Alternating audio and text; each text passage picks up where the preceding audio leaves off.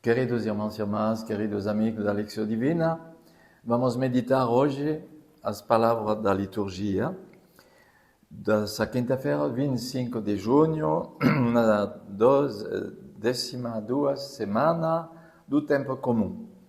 No livro dos Reis, capítulo 24, de 8 a 17, segundo livro dos Reis. Joaquim tinha 18 anos quando começou a reinar e reinou 3 meses em Jerusalém. Sua mãe chamava-se Noesta, família de Elnata de Jerusalém. Ele fez o mal diante do Senhor, segundo tudo que seu pai tinha feito. Naquele tempo, os oficiais de Nabucodonosor, rei da Babilônia, marcharam contra Jerusalém, e a cidade foi sitiada.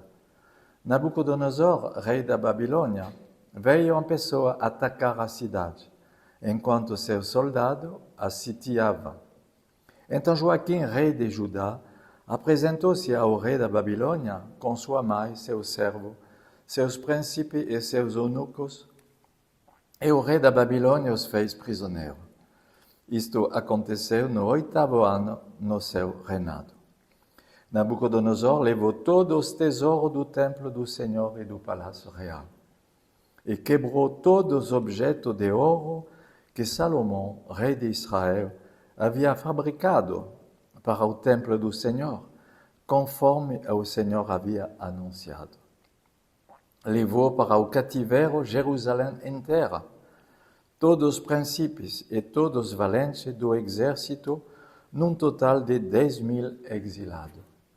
E todos os ferreiros e serralheiros, só deixou a população mais pobre do país. Deportou Joaquim para a Babilônia, e do mesmo modo exilou de Jerusalém para a Babilônia a rainha-mãe, as mulheres do rei, seus eunucos e todos os nobres do país. Todos os homens fortes, num total de 7.000, os ferreiros, serralheiros, em número de 1.000. Todos os homens capazes de empunhar armas foram conduzidos para o exílio pelo rei da Babilônia. E em lugar de Joaquim, ele nomeou seu tio paterno, Matanias, mudando-lhe o nome para Sedecias. Palavra do Senhor. E uma liturgia dramática hoje que lemos nessa primeira leitura, porque foi realmente a invasão e a destruição do templo. Em primeiro lugar, a invasão de Jerusalém acontecia em 597 antes de Jesus Cristo, e 10 anos depois, em 87, foi a destruição do templo. Então, é uma coisa dramática. O profeta Daniel já anunciou no seu escrito, Daniel 4:13, que esse rei da Babilônia, Nabucodonosor, era uma pessoa louca. Ele profetizou isso, louca como um bicho selvagem. Porque foi realmente uma profanação incrível e uma desumanização, essa deportação de milhares de pessoas de Jerusalém. Todas as pessoas capazes com uma profissão, ele exilou na Babilônia. Então foi um drama, porque realmente os israelitas deviam renunciar à cidade santa, imagina. E depois renunciar ao templo, onde se passava todas as grandes festas litúrgicas do ano. E o templo incendiado, o templo destruído, a cidade e os israelitas responsáveis na cidade enviados no exílio. É assim que profetizou Jeremias, Jeremias que profetizou, e os israelitas não queriam escutar. Jeremias profetizou de se abandonar, de se deixar fazer, de não resistir, porque podia ser um drama de sangue de resistir a Nabucodonosor. Ele profetizou que vai acontecer, que não vai ter a paz. E, apesar disso, realmente, nada podia impedir esse exílio na Babilônia, que foi realmente grande drama para o povo israelita. O Salmo 79 realmente faz eco a esse drama, quando o salmista vai dizer: invadir vossa herança aos fiéis, os infiéis, profanar o Senhor o vosso templo. Jerusalém foi reduzida à ruína, lançar aos abutres como pasto os cadáveres dos vossos servidores, e a esfera da floresta entregar os corpos dos fiéis, vossos eleitos. Salmo 79. Desmarrar o sangue como água em torno das muralhas de Sião, e não houve quem lhes desse de sepultura. Nós nos tornamos o opróbrio dos vizinhos, um objeto de desprezo e zombaria para os povos e aqueles que nos cercam. Mas até quando, ó Senhor, veremos isto? Conservareis eternamente a vossa ira? Como fogo arderá a vossa cólera? Não lembreis as nossas culpas do passado, mas venha logo sobre nós vossa bondade, pois estamos humilhados em extremo. Ajudai-nos, nosso Deus e Salvador, por vosso nome e vossa glória, libertai-nos. Por vosso nome, perdoai nossos pecados. Então, o povo pronuncia esse salmo de súplica e de desolação. Somos opróbrio dos vizinhos, objeto de desprezo e de zombaria. Mas até quando, Senhor? Até quando vamos ver isso? Hoje, os países que estão em guerra, é uma guerra que não acaba entre a Ucrânia e a Rússia. Essas guerras na Palestina que quase não mais existe hoje, esses povos que são deslocados, que são exilados, como fogo arderá a vossa cólera. Conservareis contra nós eternamente a vossa ira. Estamos humilhados em extremo. Ajuda-nos, Senhor, Deus Salvador. Perdoai nossos pecados.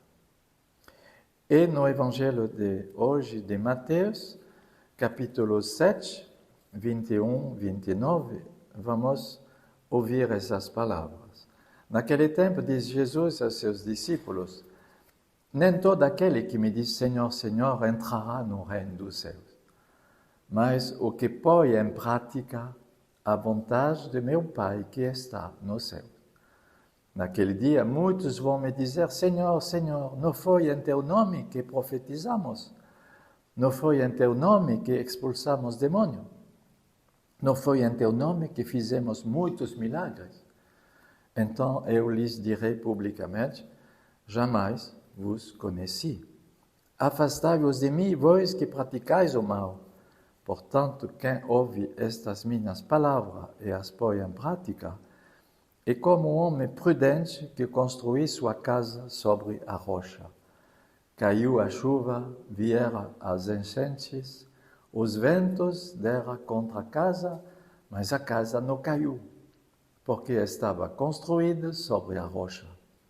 Por outro lado, quem ouve estas minhas palavras e não as põe em prática, é como um homem sem juízo que construiu sua casa sobre a areia. Caiu a chuva, vieram as enchentes, os ventos sopraram e deram contra a casa caiu, e sua ruína foi completa. Quando Jesus acabou de dizer essas palavras, as multidões ficaram admiradas com seu ensinamento. De fato, ele as ensinava como quem tem autoridade e não como os mestres da lei.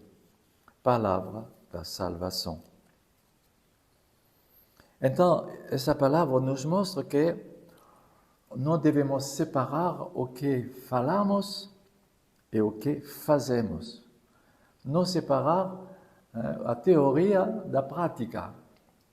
Se anunciamos, devemos praticar.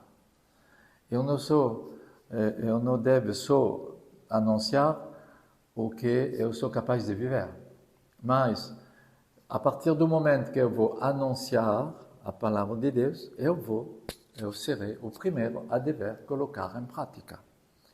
Não separar dizer e fazer. Não separar ouvir a palavra e praticar a vontade do Senhor. Não separar a fé das obras. Tu tens a fé? Mostra-me tuas obras. E São Paulo vai dizer, a fé opera pela caridade. Se tu tens fé, tu deves mostrar pelo amor de teus atos, de tuas palavras, de tuas ações, que tu tens a fé. Mostra essa fé operada, que se opera pelo amor.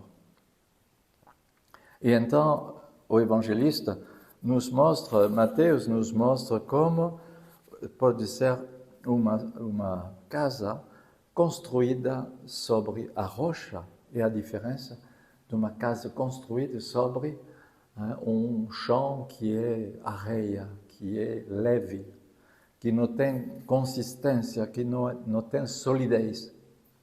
E Santo Agostinho, desculpe, no Sermão 336, Sermão 336, vai comentar essa palavra dizendo, nós somos a casa de Deus.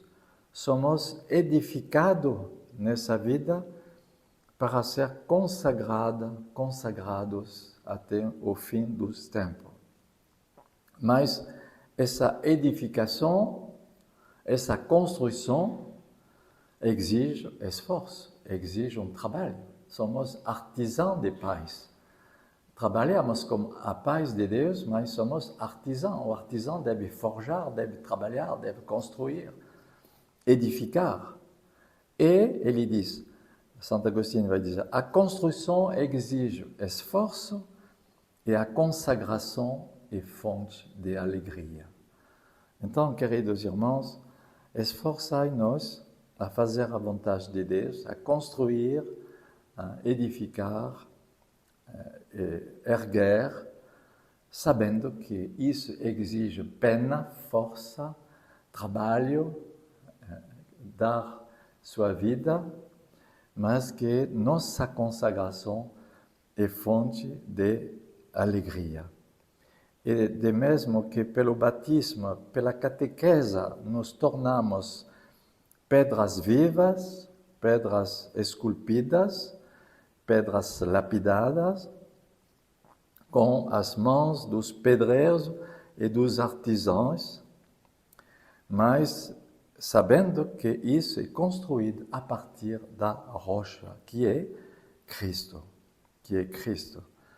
Então, que o Senhor nos encontre nessa boa vontade, nessa disponibilidade, nessa coragem de trabalhar a seu reino, sabendo que nossa consagração é fonte de alegria. Construção exige um trabalho, uma força, consagração é fonte de alegria. Eu vos deixo com essas palavras de Santo Agostinho, que o Senhor abençoe vossa meditação dessa lecção divina nesse dia. Amém.